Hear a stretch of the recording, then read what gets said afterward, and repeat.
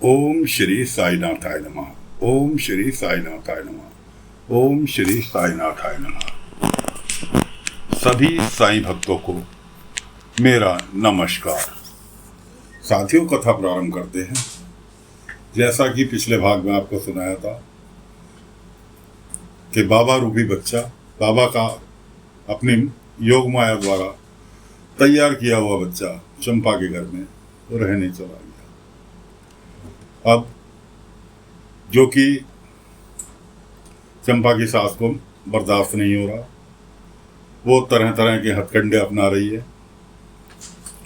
बच्चे को घर से भगाने के लिए, क्योंकि भैरव के पिता भी घर आ चुके हैं, जो कि गांव से बाहर नौकरी करते हैं, तो वो भी घर आ चुके हैं, इसलिए उसका जोर नहीं चल रहा।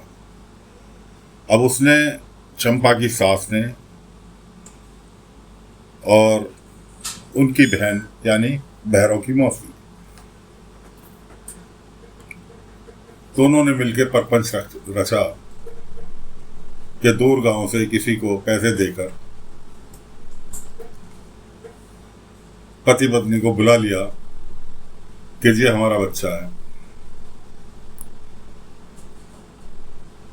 बच्चा तो बाबा का बनाया हुआ था, बाबा का ही रूप था।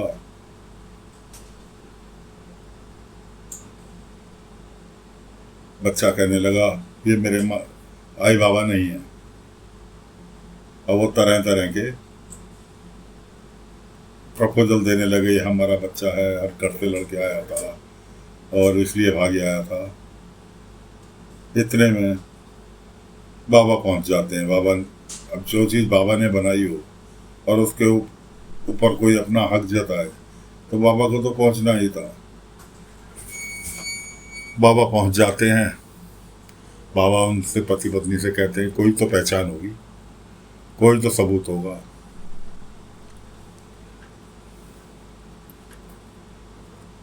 वो सोचता रहा, कहने लगा इसके दाएं पैर पे निशान है।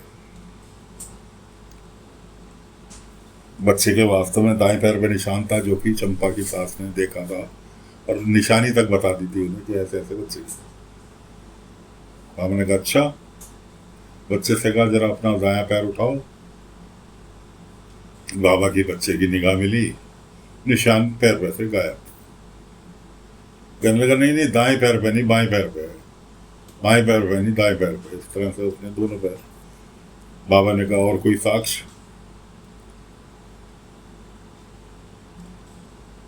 वो गड़बड़ा गया। बाबा ने कहा मेरी तरफ देखो। जैसे ही बाबा से निगाहें मिली, वो अपना सच कबूल कर गया कि जी मुझे तो एक व्यक्ति पैसे देकर गया था और हमसे यहाँ आकर नाटक करने के लिए कहा था कि बच्चा ले आओ, और जो बच्चा लाकर मुझे सौंप दोगे तो मैं तुम्हें और पैसे दूंगा। इस तरह उन दोनों व्यक्ति से पीछा छुड़ाया। उधर बच्चा जो था, घर में लड्डू बना के रखे होंगे चंपा की सास ने, और बच्चे ने लड्डू देखे। उनने एक एक करके लड्डू सारे दो चार ही छोड़े थाली में। थाली भरी लड्डू की रखी थी। चंपा की सास ने देखा, हाथ पकड़ के खींचती हुई बाहर ले आई कि इसने चोरी की है, मैं इसने घर में नहीं रहने दे सकती, मेरे बनाए हुए सारे लड्डू खा गया। देखो इसके मुंह में भी ये भी होगा। जबरदस्ती उसका मुंह खोला तो बच्चे के मुंह में उसे ब्रह्मांड नजर आया। जैसे याद होगा, एक बार कृष्ण भगवान ने यह तो यशोदा मैया के सामने मुंह खोला था और मुंह के अंदर पूरा ब्रह्मांड नजर आया था। इस तरह बच्चे ने मुंह खोला तो चंपा की सास को उसमें ब्रह्मांड नजर आया। वो झटका खा के पीछे को जाके गिरी। बच्चे ने वापस अपना मुंह बंद कर लिया कि बाकी किसी को थोड़ी दिखाना था। अब बारी आती है जब वो अपने मूर्छित हो गई थी, बेहोश हो गई थी उसको ब्रह्मांड को देख के, तो होश में आई तो पूछा इसने मेरे लड्डू खाए? बच्चे ने कहा से पूछा गया तुमने लड्डू खाए? भैरव के पिता ने पूछा, तुमने लड्डू खाए? मगर नहीं, मैंने नहीं खाए। देखें जरा, जाके सबने देखा तो बच्चे ने वहाँ फिर वापस जितने लड्डू खाए थे सब पूरे करके वहीं की वहीं व्यवस्थित लड्डू कर दिए। असल में बच्चा क्या था, बच्चा तो बाबा ने एक अपना रूप बनाया था, बाल रूप बनाया था चंपा को सहानुभूति देने के लिए। बच्चा तो होना था चंपा की, लेकिन अभी देरी थी बच्चे में, अभी उसकी बच्चे होने के समय नहीं आया था, ना ही वो गर्भवती थी, समय था अभी बच्चा उनके घर में आने। तो बाबा ने एक सहानुभूति देने के लिए चंपा को अपना बाल रूप बनाकर उनके घर भेजा था। खैर वहाँ से पीछा छूटा, सबने कहा तुम सठिया गई हो, पागल हो गई हो, लड्डू तो जो के तुम रखे हैं, तुम्हारा भ्रम है, बच्चे ने कहा। बच्चा तो कुछ भी नहीं कहा। अब वो कैसे बताया कि बच्चे के मुंह में उसने ब्रह्मांड देख लिया। खैर बात आई गई हो गई। अब फिर वो नई युक्ति सोचने लगी। उधर बाबा के पास गांव में एक कोढ़ी व्यक्ति कहना चाहिए, जिसमें से बदबू आ रही, वो गांव में बैठा हुआ है एक पेड़ के नीचे। उधर गांव वाले को बदबू आ रही है, वो सब भगाने की कर रहे हैं। कोई लकड़ी लेके दौड़ रहा है भगाने के लिए, कंबल ओढ़े वो अपने आप को छुपाए कंबल में बैठा। इतने में बाबा प्रकट होते हैं घूमते फिरते। बाबा ने उसका कंबल हटाया। वो मना करता रहा, नहीं साईं आपको ये रोग लग जाएगा। बाबा उसे ले गए, प्यार से कंबल हटा दिया, कंबल झाड़ के तय करके उसके हाथ में दिया। बाबा ने कहा चलो मेरे साथ। बाबा उसे द्वारका माई ले गए। वहाँ जाके उसे नहलाया, खाना बना के खिलाया और ऊदी उसके जहाँ जहाँ जख्म थे हर जगह ऊदी लगाई। भाई घंटे 2 घंटे में बंदा भला चंगा हो गया। बाबा का शुक्रिया अदा किया कि साईं मेरे तो घर वालों ने मुझे घर से बाहर निकाल दिया था इस कोढ़ जैसे रोग की वजह से। अब मैं पिछले कई दिनों से तो मैंने खाना भी नहीं खाया। खैर बाबा ने उसे समझा बुझा के उसे वापस भेज दिया। उधर बाबा भिक्षाटन के लिए निकले हुए हैं।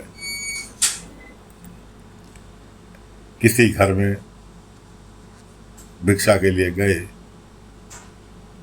घर के अंदर धसक उठ रखी है। पति पत्नी दोनों निकल के आए कि साईं हमें तो एक चिड़िया ने बड़ा दुखी कर रखा है, उसकी वजह से हमने धुआं करा। क्यों दुखी कर रखा है? कि घर के अंदर से बाहर निकलने का नाम ही नहीं लेती, सारे घर को गंदा करती है, चैं चैं चैं चैं करती रहती है, उसकी आवाज़ से सो बैठ नहीं पाती।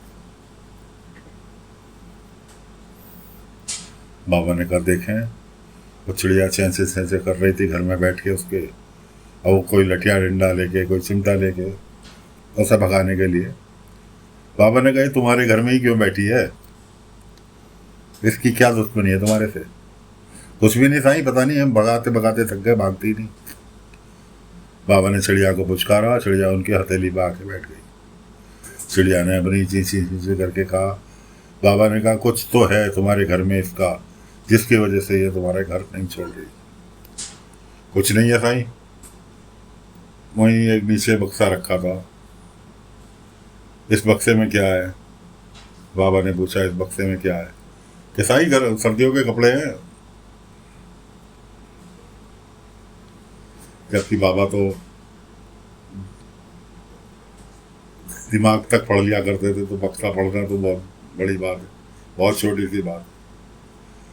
बाबा ने अपनी शक्तियों से उस बक्से को उठा दिया। वहाँ से लकड़ी का बक्सा था भारी भरकम। बाबा ने उसे माँ से उठा लिया, हवा में उड़ा दिया। अरे साईं क्या हुआ, ये क्या हुआ, ये कैसे उड़ा? बाबा ने कहा सच बोलो, तब ये बक्सा अपनी जगह स्थिर होगा, वरना ये ऐसे ही डोलता रहेगा। साईं इसके चिड़िया के अंडे हैं, अंडे घोंसले में, घोंसला और अंडे दोनों हैं। बाबा ने बक्सा खोला, चिड़िया के अंडे निकाले और वापस बाहर पेड़ था, पेड़ के ऊपर गए। कि साईं ये बहुत परेशान कर रही थी, इसलिए हमने इसके अंडे और घोंसला को गायब कर दिया कि अपने आप भाग जाएगी, लेकिन इसने तो पीछे ही पकड़ लिया। खैर जी, बाबा ने ऐसे समझाया बुझाया परिवार को, पति पत्नी को, और उसका घर घोंसला फिर स्थापित कर दिया। चिड़िया को भी समझा दिया बाबा ने, लेकिन बाबा इतना कह के चले कि कोई भी पशु पक्षी नकारा नहीं होता, कोई भी सामान नकारा नहीं होता, कभी ना कोई किसी ना किसी काम आता है, इसलिए किसी को भी छोटा मत समझो। ये चिड़िया है, इसका मतलब ये नहीं है कि ये बिल्कुल नकारा है, तुम्हारे किसी काम नहीं आ सकती। यार बाबा तो उपदेश दे के चले गए। अब शाम का टाइम था, पति पत्नी दोनों, पति बाहर सो रहा था, पत्नी अंदर बच्चे को लेके लेट गई। दोपहर का समय, बच्चा जबकि कह रहा था कि माँ भूख लगी है, मुझे कुछ खाने को दो, वो उसे भी लिटा लिया, चल अभी घंटे दो भर इंतजार, आराम करने दे फिर दूंगी। ऊपर कानस पे भगवान जी की तस्वीर थी, वहाँ दीपक जल रहा था और वहाँ कुछ फल रखे थे। बच्चे का हाथ नहीं पहुँचा, छोटा बच्चा था, हाथ नहीं पहुँचा, तो उसने कपड़ों की पोटली उठा के वहाँ नीचे रखी और फल खसकाने चालू कर दिए। चिड़िया ये सब तमाशा देख रही थी। वो पहले तो उस व्यक्ति के पास गई जो बाहर लेटा था, पत्नी और बच्चा अंदर लेटे थे, व्यक्ति बाहर लेटा था। पहले तो उसके पास ही चिड़िया ने कहा, हो तूने फिर खून पीना चालू कर दिया, साईं से कहूँगा कि इसे अपनी द्वारकामाई में रख लो, हमसे नहीं झेली जाती है। अब चिड़िया की भाषा अगर वो समझ जाता तो उठ के देख लेता, वो फिर पढ़ के सो गया। अब वो चिड़िया जो थी भागी भी बाबा के पास गई। बाबा को उनने अपनी भाषा में बताया, बाबा ने उसकी भाषा समझी और बाबा दौड़ते हुए उस व्यक्ति के घर पर पहुंचे। घर पर बाबा को आया और देख के वो तुरंत हड़बड़ा के खड़ा हुआ और जैसे ही अपने घर में झाँका तो बच्चे ने दीपक, जलता हुआ दीपक कानस पे से गिरा दिया। फल तो नहीं गिरे लेकिन दीपक गिर गया। बाबा ने दीपक जैसे गिरा, जहाँ था वहीं के वहीं बाबा ने अपनी शक्तियों से उस दीपक को रोक दिया। बीच रास्ते में ही जमीन तक पहुंचने नहीं पाया। बाबा ने कहा, तुम जिस चिड़िया को नकारा, उसके अंडे बच्चे सब बर्बाद कर रहे थे, वो चिड़िया सबसे पहले तुम्हारे पास आई कि तुम्हारे घर पर विपदा आने वाली है। तुमने उसे फिर झड़क के भगा दिया। वो मेरे पास दौड़ती भी गई, उड़ती भी गई। अगर समय पे वो मेरे पास नहीं आती तो आज तुम्हारे घर में ये जो तुम्हारा बच्चा है, इसे कोई नहीं बचा पाता, पूरा घर आग में जल रहा होता, क्योंकि जलता हुआ दीपक, नीचे कपड़े की पोटली रखी है, उसके ऊपर गिरता, गारंटेड आग लगनी थी। आग लगती तो ना तुम बचते ना तुम्हारा घर बचता। अब क्या कहोगे? मैं कहा, साईं मैं आपसे तो क्षमा चाहता ही हूँ कि मैंने बहुत बड़ी गलती की, साथ में इस चिड़िया को किस जुबान में इससे माफ़ी मांगूं। बाबा ने कहा, तुमने हाथ जोड़ दिए, चिड़िया समझ गई। इसलिए किसी भी चीज़ को, किसी भी पशु पक्षी को नकारा मत समझो। उसको प्यार दोगे, बदले में उससे बहुत कुछ मिलेगा, बहुत कुछ वो काम आ सकता है। कुत्ता हो, बिल्ली हो, चिड़िया हो, गाय हो, कोई भी जानवर हो, हर कोई प्यार की भाषा समझता है। खैर वहाँ से निकले। अब चंपा की सास ने फिर नई जो योजना बनाई कि बच्चे को जंगल में छोड़ जाती हूँ। रात को सब सो रहे हैं, सोते हुए बच्चे को छोड़ जाती हूँ, वहीं किसी पेड़ के नीचे लिटाई जाती हूँ, अपने आप जंगल में खो जाएगा, पीछा छूटेगा इस बच्चे में। लेके चल दी, जंगल में पहुंची। बाबा नज़ारा, द्वारकामाई में रात का समय बाबा नज़ारा देख रहे हैं, क्योंकि बाबा तो अक्सर शाम के टाइम समाधि में लीन हो जाते थे। कि शाम हुई और उन्होंने अपनी समाधि में बैठ गए, आंख बंद करके ध्यान मग्न हो गए।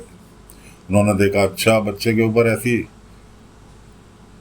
तुरंत शेर का रूप धरा और चंपा की सास के सामने हाजिर हो गए। अब शेर को देख के उसकी तो हवा खराब, चीख निकल गई।